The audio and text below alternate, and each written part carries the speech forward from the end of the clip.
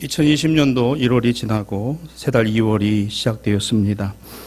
특별히 2월을 살아갈 우리 대사의 신앙가족들에게, 오늘을 살아가는 우리 모두에게 하나님의 평안, 주님의 평화, 특별히 생명이신 주님의 손길이 이 한 주간, 이 한 달 동안 우리 모두와 함께 하시기를 바랍니다.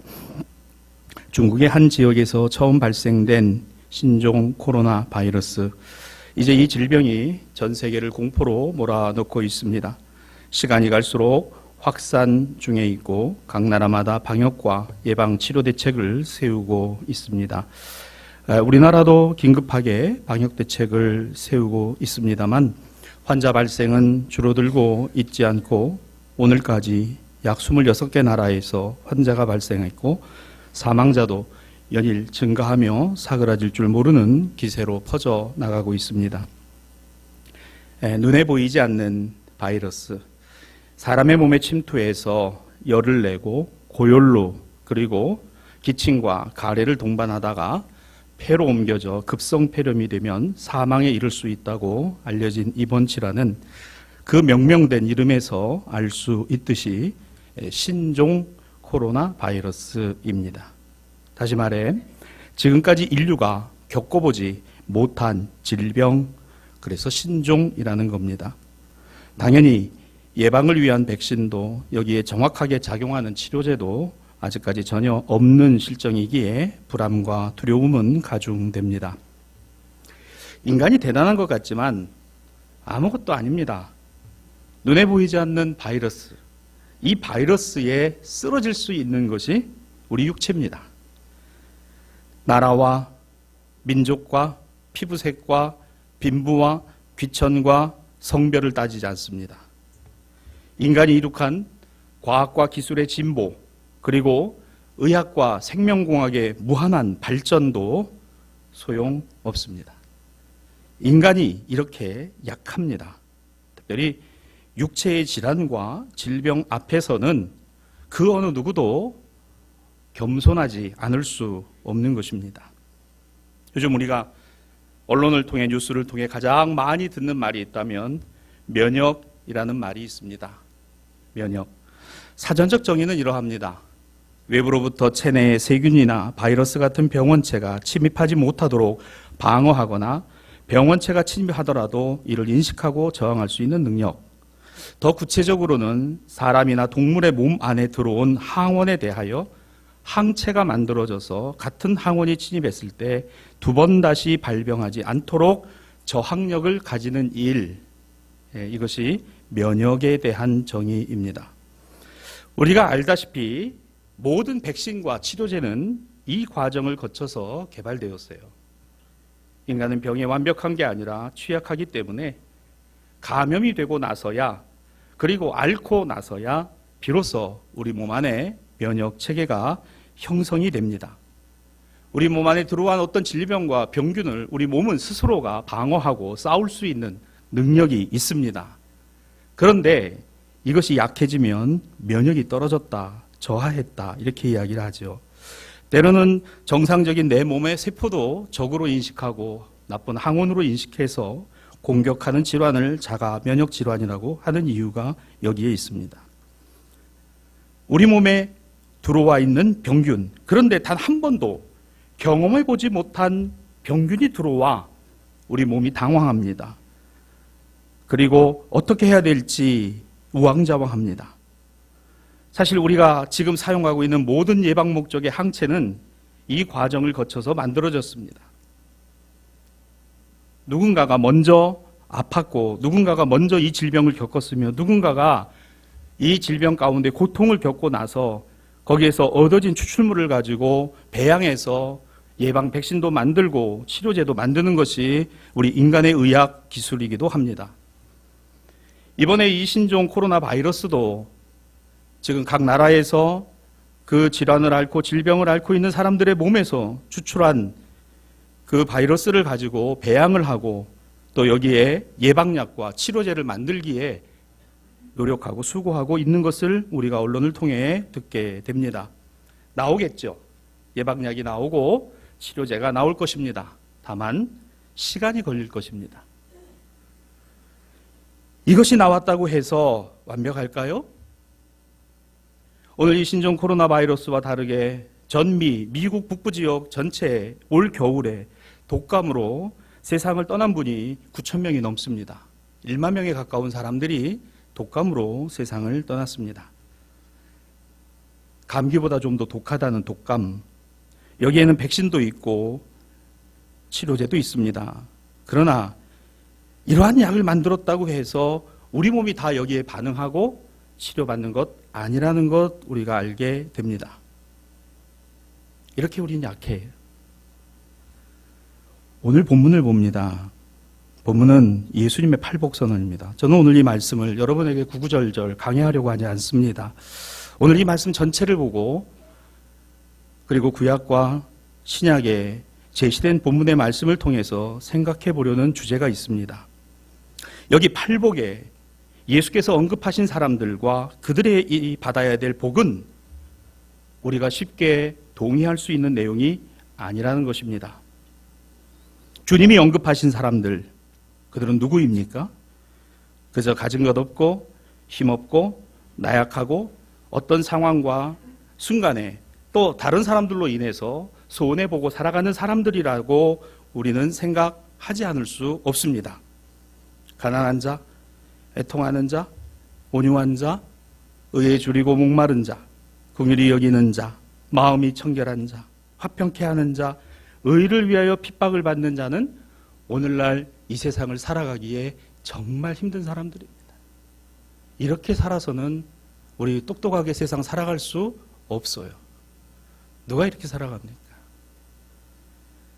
그런데 예수께서는 너희들 세상에 그렇게 살아가면 안 된다라는 말씀을 하고 있지 않습니다. 이들이 받을 복이 있고 오늘 그 복을 말씀하시지만 우리에게는 별로 와닿지 않는 내용을 마태는 기록하고 있어요. 천국이 위로가 땅을 기업으로 배부르다고 긍휼히 여김을 받고 하나님을 본다고 하나님의 아들이라 불리고 천국이 그들의 것이다. 우리 신앙과 믿음은 무엇이 하나님의 말씀 안에 있는 것이요 본질적으로 우리에게 주고 계시는 그 생명과 구원이 무엇인가를 우리로 경험하고 알고 누리게 하시는 것이지요. 그래서 우리는 생각해 봅니다. 오늘 이 팔복 8가지 내용을 도대체 가난한 사람이 복을 받을 수 있다고? 하나님 나라? 도대체 어떤 나라인데? 애통하는 사람, 슬퍼하는 사람, 가슴을 치며 통곡하고 가슴이 갈기갈기 찢어지는 사람이 받는 그 위로는 도대체 무슨 위로를 말하는 것인가? 온유하다고? 땅을 기업으로? 무슨 땅을? 의에 줄이고 목마름으로 배부르고 긍휼히 여김을 받게 되고 하나님을 보고 하나님의 아들이라 불리우고 천국을 받게 된다고? 그게 무엇이기에? 예수께서 말씀하신 여기 이 복은요, 이게 이해가 된다, 받아들여지고 그렇다, 거의 없습니다. 제가 여러분에게 오늘 이 말씀 그대로 예수께서 하신 말씀대로 주고 여러분이 이렇게 되기를 바랍니다 하면 아멘 하실 분들 벌써 가난이라는 단어부터 우리에게 용납이 안 돼요. 가난이라니. 이왕이면 잘 먹고 잘 사는 부자, 부유함이 오히려 더 좋은 것 아닌가? 좋지요. 이게 동의가 안 되는 이야기입니다. 그래서 오늘 예수께서 말씀하신 이 복은 우리의 관점, 세상적 관점, 인간적 관점으로 볼 때는 뭐다? 이건 복이 아닙니다. 복이 아니에요. 그런데 우리가 이 말씀을 그냥 지나칠 수 없는 것은 예수께서 이것을 복이라 하시고 그렇다면 주님의 관점에서 하나님 나라 관점으로 다시 돌려놓고 생각한다면 이게 복이다라고 받아들여지고 믿어지는 것이야말로 오늘을 살아가는 그리스도인 하나님의 자녀들의 신앙과 믿음이어야 한다는 것이죠.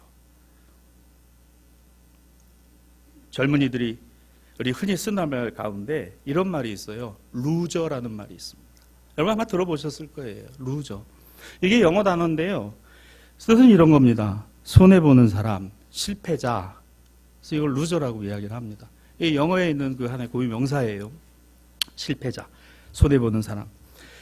그런데 우리 젊은이들이 이걸 하도 많이 사용하다 보니까 우리 한국에서 이 뜻이 보다도 명확하고 분명해져서 우리말에 일반 명사가 됐는데 이런 뜻으로 기록되어 있습니다. 말이나 행동, 외모가 볼품이 없고 능력과 재력도 부족하여 어디를 가든 대접받지 못하는 사람. 읽어봅시다. 시작. 말이나 행동, 외모가 볼품없고 능력과 재력도 부족하여 어디를 가건 대접받지 못하는 사람. 이게 내 얘기다라고 믿어지면 아멘. 뭐 아닌 것처럼 앉아 계시지만 솔직히 여러분 우리 어디 가서 내가 누구 있네 얘기하면 아이고 어서 오세요 하는 곳이 몇 군데나 된다고. 아닌 것처럼 그렇게 앉아 계십니까? 말하는 거나 행동하는 거나 외모나 다 시골틱 해가지고 능력도 재력도 돈도 뭐 가진 것도 없어가지고 어디 가도 그냥 왔나 보다 하고 이제 그렇게 생각하는 여러분 다 이 루저 실패자 별 볼 일 없는 사람들. 여러분 여기서 파생된 어구가 하나 있어요. 우리 젊은이들 많이 쓰는 단어입니다. 언론에서 심심치 않게 쓰는 단어인데요. 이겁니다. 의문의 일패. 오늘 제가 이 말씀을 함으로 대사리는 의문의 일패를 당한 거예요. 175가 안 되는 남자는 전부 별 볼 일 없는 남자다라고 맞선을 본 어떤 자매가 그런 이야기를 친구들에게 퍼뜨렸어요. 175가 안 되는 저도 의문의 일패를 당한 겁니다. 별 볼 일 없는. 이걸 의문의 일패라 그래요. 이겁니다.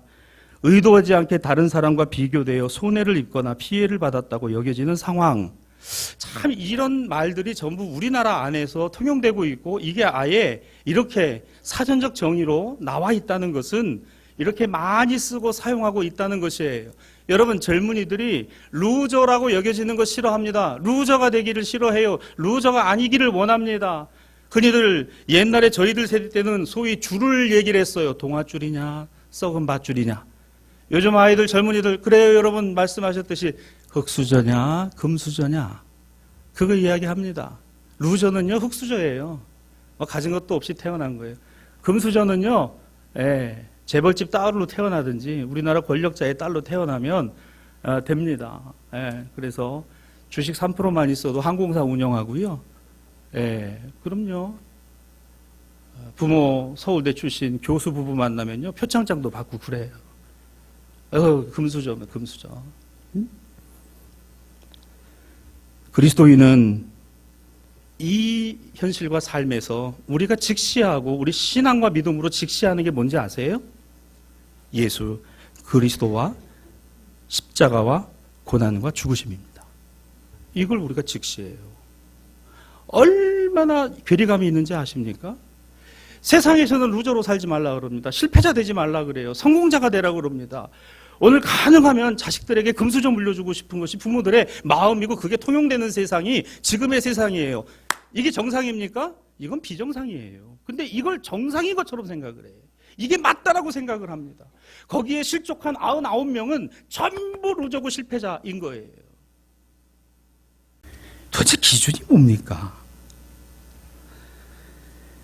우리가 신앙과 믿음에서 직시하는 것은 그게 아니더라 그 얘기입니다. 우리는 항상 우리가 직시하고 보는 것은 예수 그리스도 그리고 특별히 그의 고난과 죽으심 어디예요? 십자가의 고난과 죽으심.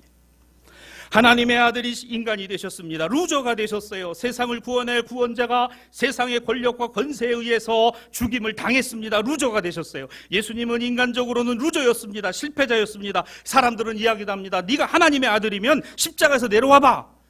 네 자신도 구원하지 못하는 게 무슨 구원자라고. 이런 분이 가난한 자, 애통하는 자, 온유한 자, 여러분 이걸 복이라고 말씀하시는 걸 믿으시겠어요? 실패자 얘기를.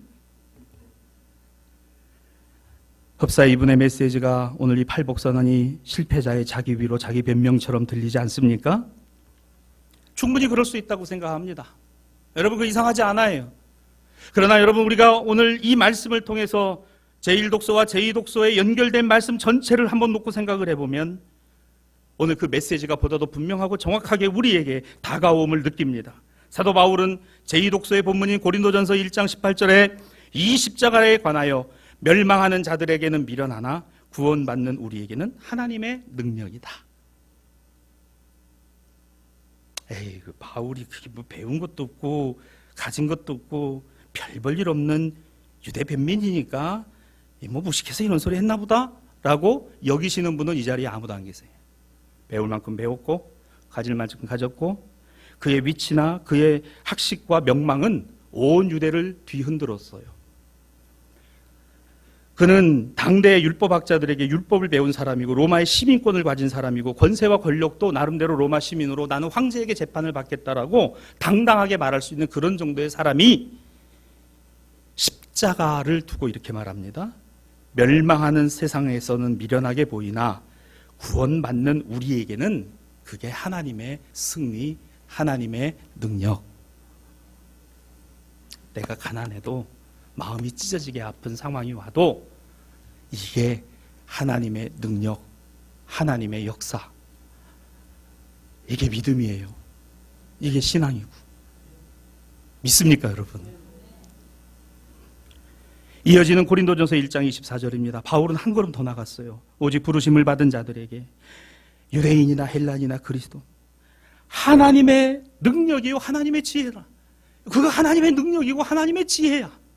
너 가난하고 너 힘들고 너 어렵고 살아가는 그거 부끄러워하지 마. 그거 하나님의 능력이, 하나님의 지혜가, 하나님의 사랑이, 하나님의 인도하심이 너와 함께하고 있음이라고 바울이 강력하게 권고하고 있는 것은 그는 이 체험과 경험을 한 사람이에요. 이 아픔과 이 고통을 당해본 사람입니다. 병을 알아본 사람입니다. 병균이 침입해서 아파본 사람입니다. 열이 펄펄 끓고 가슴 아파서 어찌할 바를 모르고 살아가던 그 사람 안에 예수 그리스도가 오늘 그의 인생을 완전히 180도로 변화시키고 바꿔놓았어요. 그리스도 예수의 사람. 오늘 바울은 여기에서 이렇게 우리에게 외치고 있습니다. 현대언어로 보면 이렇게 외치고 있는 것이죠. 우리는 루저가 아닙니다. 우리는 결코 실패자가 아닙니다. 우리는 결코 세상에서 별 볼 일 없는 사람들이 아닙니다. 왜 그렇습니까? 예수님이 실패자가 아니시기 때문입니다. 예수님이 별 볼 일 없는 분이 아니시기 때문입니다. 예수님이 세상에서 루저이셨기 때문이 아닙니다. 그분은 하나님의 능력입니다.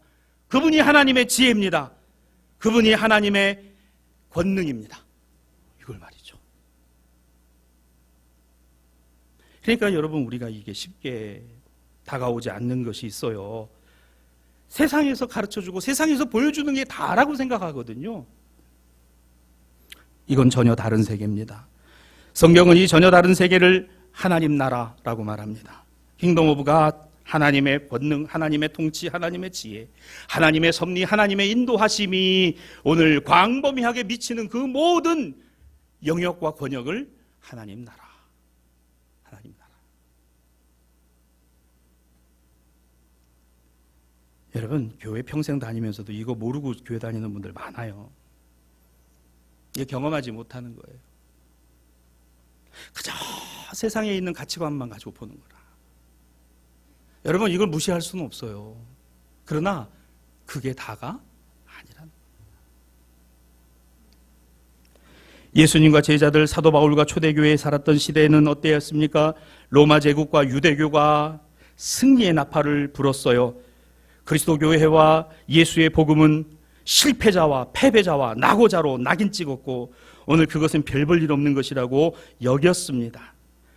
권력으로 세상을 지배하고 화려하고 부유하게 세상 권세를 찬양하는 종교 권력이 있는 한 오늘 그리스도의 십자가와 이 복음은 아주 초라하고 별 볼 일 없는 것이 되고 말았어요. 그런데 예수 복음이 승하면 승할수록 그의 제자들과 사도들과 교회를 통하여 이 복음이 전하여지면 전하여질수록 오늘 로마 제국이 부끄럽고 유대교가 별 볼 일 없으며 이것이 껍데기만 남은 종교일 뿐이라는 것이 드러나고 폭로되었으니 오늘 이것이 폭로된 자리가 어디예요? 영광의 자리가 아니라 실패자의 자리, 바로 십자가 밑에서 폭로되었습니다. 아무것도 아니라. 예수께서 십자가 위에서 이렇게 숨을 거두셨지요. 다 이루었다.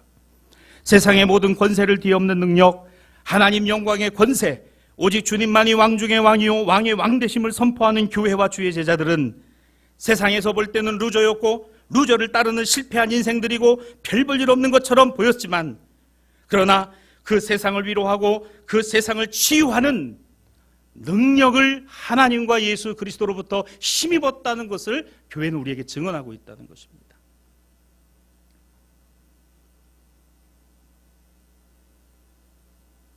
세상은 위로와 치유를 주지 못해요.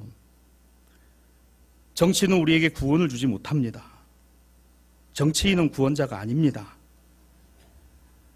고린도전서 1장 25절로 28절에 이어지는 말씀은 하나님의 어리석음이, 하나님의 약하심이 오늘 사람과 비교할 수 있으랴. 형제들아 너희를 부르심을 보라. 육체를 따라 지혜로운 자 얼마나 되고 능한 자가 얼마나 되고 문벌 좋은 자가 얼마나 되고 금수저와 동아줄 잡은 자가 얼마나 되겠느냐. 그러나 하나님은 세상에 미련한 것들을 택하시고 약한 것들을 택하시고 천한 것들과 멸시받는 것들과 없는 것들을 택하셨다라고 이야기를 합니다. 여러분, 사도 바울이 밑도 끝도 없이 이야기를 한 게 아니라 바로 예수께서 그러셨다라고 하는 겁니다. 사랑하는 여러분, 있는 것 같으나 넘어질 자요, 가진 것 같으나 없어질 것이요, 오늘 우리가 이룬 것 같으나 그것은 완전한 것이 아니다라는 것입니다. 십자가를 통해 하나님께서 세상의 지혜와 강한 것들을 모두 부끄럽게 만드셨다. 이 선언에 대하여 세상이 뭐라고 말할까요? 비웃습니다. 말도 안 되는 소리를 하고 하셨다고. 아유, 저 예수 믿는 사람들, 저 교회 다니는 사람들 가장 어리석고 가장 바보 같은 사람들이라고 말입니다. 자, 팔복선언을 다시 보세요. 오늘 이 말씀이 세상에다 내놓으면 이건 실패한 사람들의 자기 변명이고 자기 위로입니다. 그러나 예수 그리스도와 하나님의 나라 그 관점에서 바라보면요, 이게 진리입니다. 생명은 하나님께만 있어요. 세상의 능력과 지혜로는요, 한 사람도 구원할 수 없습니다. 어떤 정치인이, 어떤 정당이 우리를 구원할 것 같습니까? 이 세상 살기 좋게 만들어준다고요? 글쎄요. 우리가 최선을 구하는 것, 그러나 우리는 차선을 봐야 될지도 모릅니다. 우리는 최악을 피할 수 있다면 차악을 선택하는 편이 나을 수도 있어요. 그게 우리 선택입니다. 그리스도는 최선이 아닌 차선이 아니에요. 그리스도만이 최선입니다. 그분만이 우리의 삶의 방식이에요. 올해 한 달이 지나갔어요. 여러분, 남은 우리 날들과 달들 동안에 항상 이 고백이 있게 되기를 주님의 이름으로 부탁합니다. 주님만이 최선이다. 예수 그리스도만이 최선이다. 세상 사람들은 아이고 웃기는 소리를 한다, 말도 안 되는 소리를 한다, 그 사람들의 얘기고, 예수님의 생명은 내 삶을 지탱해주고 나를 살아갈 수 있도록 해주시는 하나님의 능력입니다. 주님만이 최선입니다의 고백 안에 담겨있는 내용이에요. 예수님만이 생명이시고 예수님만이 내 삶을 지탱하고 예수님만이 나를 살아갈 수 있도록 해주시는 능력입니다 라고 말입니다. 중국 우한에 고립되어 있다가 국내로 귀환을 한 우리 교민들을 그 신종 코로나 바이러스의 위협에 둘러싸여서 어찌할 바를 모르고 전전긍긍하고 있는 참 그곳에서 질병이 창궐하고 병균이 오염이 가장 극심해서 어찌할 바를 모르는 그곳, 여러분, 거기에는 돈이 많아도 지위가 높아도 남녀노소를 불문하고 그 어느 누구도 어찌할 수 없는 불가항력적인 상황에 빠져 있고 들어가 있을 때 그곳에서 벗어날 수 있게 해준 것이 국가예요. 비행기를 보내서 비행기를 투입해서 그 우리 교민들을 그 비행기에 실어서 태우고 나왔는데 나올 때 그 비행기에 탑승할 때 재산세 얼마나 내세요? 부동산 얼마나 갖고 계십니까? 현금은 얼마나 갖고 계세요? 또는 당신은 얼마나 배웠습니까? 박사학위 갖고 있습니까? 당신은 젊습니까? 뭐 이런 거 물어보고 비행기 태웠어요? 아니에요. 그죠? 가진 자나 못 가진 자나 있는 자나 없는 자나 그곳에서 건져내기 위해서 조건 없이 제한 없이 누구든 누구라면 대한민국 국적을 갖고 있는 국민이라면 누구든지 원하면 그곳에 타게 했습니다. 저는 그 모습을 두 번을 지켜보면서 이런 생각을 했습니다. 죄와 사망에 오염된 곳에서 우리를 건져내기 위하여 하나님은 당신의 나라의 백성들을 기억하사 이곳에 예수 그리스도를 보내주시고 그 예수 그리스도는 그 어느 누구도 다 제한 없이 끌어안아 하나님의 나라로 우리를 옮겨주셨구나. 이게 아멘이 안 되면 당신은 교인이 아니야. 이게 아멘이 안 되면. 사랑하는 여러분, 그리 생각되지 않으세요? 세상은 그렇지 않아요. 근데 한 가지 좀 그런 게 있더라고요. 뉴스를 가만히 보다 보니까 그 비행기에 전부 태워가지고 싣고 나왔는데 열이 난다든지 좀 기침을 하는 몇 분들은요, 그 비행기 안에서도 별도로 격려를 했는데 제가 평생에 타고 싶은 보잉 747이더라고. 그 747은요, 맨 위에 따로 이렇게 타는 데가 있어요. 그 높잖아요. 그 조종석 위에. 그거 여러분 아세요? 비즈니스 아니에요. 퍼스트 클래스가 거기 있습니다. 비즈니스 위에 상급이에요. 거기 태웠더라고. 거기 태워서 그분들은 한 7명인가 8명은 거기 태워가지고 왔어요. 내가 우리 집사람들은 그랬어요. 여보, 나는 평생에 747 한번 타보면 좋겠어. 자긴 타봤대. 옛날에 처녀 때 이스라엘 갈 때 타봤대. 참. 퍼스트 클래스를 타고 갔어요. 2시간을. 어떤 사람이 열이 많고 가래가 끓고 이 아주 좀 중증으로 심하다 싶으면 격리시켜서. 저는 그거 보고 그런 생각을 했어요. 이 아주 세상에 찌들어서 아주 세상에 아주 그냥 물들어서 아주 그냥 찐득찐득하게 살아가는 사람들은 주님이 특별히 퍼스트 클래스에서 태우시겠구나. 이 아주 그냥 따로 그냥 해가지고. 사랑하는 여러분, 누가 우리의 도움인가요? 누가 우리에게 오셨습니까? 누가 우리를 죄와 사망에서 건져주셨습니까? 누가 내 곁에 서서 나에게 힘이 되어 주신다라고 말합니까? 디모데후서 4장 17절로 18절의 사도 바울은 그의 인생이 얼마 남지 않았던 시간 앞에 믿음의 아들 디모데에게 이렇게 권면합니다. 나의 평생에 살아온 내 삶에 주님이 내 곁에 서서 나에게 힘을 주셨으며 그 주께서 나를 모든 악한 일에서 건져내시고 또한 그의 천국에 들어가도록 구원하셨다라고 말입니다. 얼마나 위대한, 여러분, 이건 루저가 할 수 있는 선언이 아니에요. 이거는 궁극적인 승리를 믿고 오늘 예수 그리스도를 확신하고 경험한 이 사람만이 고백할 수 있는 내용입니다. 주님이 내 곁에 서서 나에게 힘을 주시고 주님이 나를 모든 악한 일에서 건져내시고 당신의 나라에 들어가도록 구원하셨다라고 하는. 디모데야, 낙심하지 말고 너 에베소에서 목회하면서 힘들고 어려워도 사람 조심하고 그러나 그리스도를 바라보고 주님 바라봐. 직분자 세울 때 디모데 전후서 새벽에 나와서 말씀 함께 나누시면 다 봤어요. 직분자 세울 때 함부로 세우지 말고 교회에 유익되지 않을 거면 세우지 말아요. 그러나 그 주님이 내 곁에 서서 나에게 힘이 되심은 나를 모든 악한 일에서 건져내시고 하나님 나라 들어가도록 구원하시네. 여러분, 이게 얼마나 감사하고 얼마나 감격입니까? 우리는 우리의 한계 상황에 직면했을 때 우리가 할 수 있는 수단과 방법으로 해결되지 않을 때를 경험합니다. 돈이 많고 지위가 높고 권세를 갖고 권력을 지녀 마음껏 쓰고 고급 식당에 가서 고급 호텔을 이용하고 살아간다 하더라도 보균자 한 사람이 그 식당에 갔다더라. 아무개 강남의 식당이라더라. 그 식당 문 닫았습니다. 어느 호텔에서 하루를 묵고 잤다더라.